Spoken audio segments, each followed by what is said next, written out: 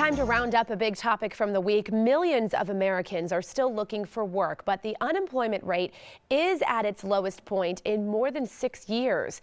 The Department of Labor reports 248,000 jobs created in September, with the nation's unemployment rate dropping to 5.9%. But all is not so rosy, many say. 7.1 million people say they have part-time jobs, even though they'd prefer full-time. 3 million people have been out of work for more than 6 months. Both of those numbers are larger than they were in the months before the latest recession began. So will the latest numbers lead Democrats to victory in next month's midterm elections, or is the report not so favorable after all, as the GOP argues? That's our topic this half hour. We want to hear from you on our Fox 26 Facebook page and Twitter. Joining us live in the newsroom is our legal analyst, Chris Tritico, our news analyst, Mustafa Tamiz, and public policy analyst, Jackie Bally. All right, have at it, guys. I know there's going to be a good discussion about this one. Well, you know, the Democrats are certainly going to argue that this is the report they've been looking for, and it's the last one before the election. So it gives them at least that 5.9%, which is the lowest rate since about 2008. And so it gives them that buoy. The Republicans are going to counter with the fact that the participation rate has dropped and wages have stayed stagnant. So, Mustafa, is this, you know, it's kind of a mixed bag. It gives the Democrats what they were looking for, though. The unemployment's below 6%. Yeah, outside of the fodder of political good for who or good for when, it's good for Americans. I mean, the 5.9% is a good number. But that's not the only number. The stock market has done the highest that it has historically. People are buying again. Corporate profits are at the highest at the line. What's lacking basically is two things. One, we have to pass immigration reform. Two, wages have to rise a lot more than they have historically. And lastly, in order for all of us to do better, we have to bridge the divide between rich and the poor. Now, Jackie, you have to acknowledge that that's good for the Democrats. It's 5.9%. But I know what you're about to say, because the Republicans are already jumping on this. The participation rate, which is the people actively looking for a job, dropped, I think, 1% on this new one. I believe it was 1%. That's a wash. And wages have gone down 1 penny, which doesn't sound like a lot, but wages low, participation rate low. That's what the Republicans are looking for in their. That's a Washington inflated number. It's we have the lowest participation since 1978, and the reasons, many reasons cited. You saw when Sally did our intro. People want to find full-time jobs, but because employers of Obamacare don't want to have people working more than 35 hours.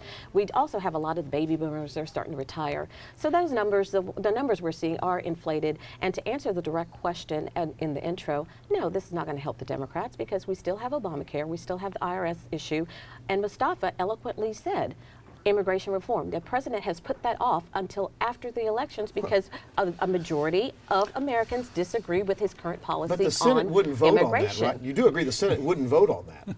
The Senate knows what the American public wants. Yeah. Rasmussen said 62% of Americans disagree with Obama's policy, specifically 2012. Then why didn't his deferred action for illegal immigrants? Why didn't the Senate pass a bill and send it to the president? President? We said we want border security, which is why all of these people are coming in. But when you have the president saying he will overrule anything the Republicans are saying, anything the Republicans will try to pass. If Jackie's right about that, then why won't the Senate just pass that bill and let the president veto it? Well, the House hasn't passed it. The Senate's not passed it. I'm sorry, I said the Senate meant the House. House. And so, look, the president only put it past because the House hasn't done anything. That's the only reason for moving forward. He's saying that Congress is not doing anything, so he will do something about immigration after the election.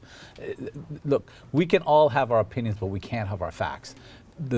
Everybody in the country knows the reason we don't have immigration reform because it hasn't been able to get through the House, and it hasn't been able to get because of the Republicans in the House. Let's get back to the topic. The immigration reform is not driving the economy. Immigration reform is an impediment, because if you put 11 million people out of the shadows, that it will make the economy better. The economy is doing well by all metrics. But I was answering your question specifically. I'm not saying you weren't. Okay. Economy is doing better by all metrics. You know, corporates have more profits than ever before.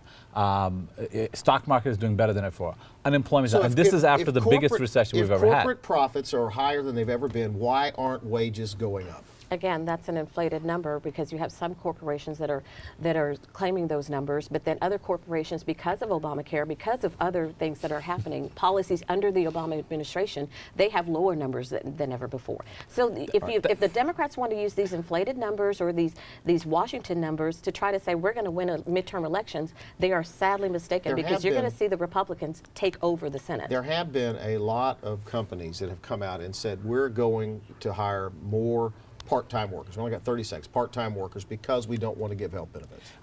This is just verbiage more than anything else, right? If the economy is doing well and you don't like it, they're Washington numbers. I mean, if you think about this, by all metrics, the economy is doing better. We came out the Great Recession, and this country financially is doing better than ever before.